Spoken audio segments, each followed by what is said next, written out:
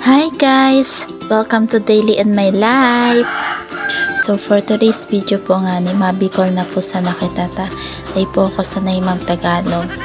So naglinig po nga ni ako kan sa muyang kwarto dyan ta.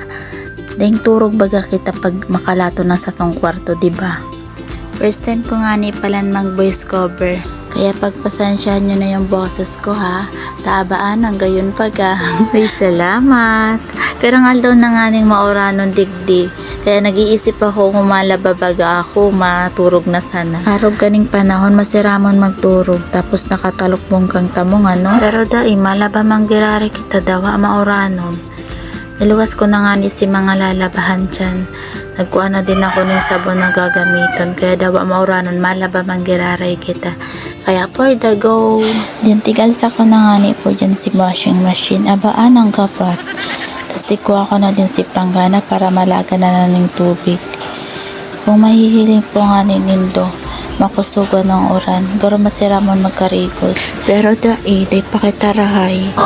Naramduman ko po nga ni ka mga aki pa kami. Kaya ribahan ko si mga tugang ko. Pag arog po kaning mauran, maduman na po kami kayan sa bubon. Daradara mi si mga labahan. Daduman po kami malaba. Tapos mauli man kami kayan. Grabe na ang palbag sa oran. Tapos pag uli mi kayan sa harong, aanggutan pa kami.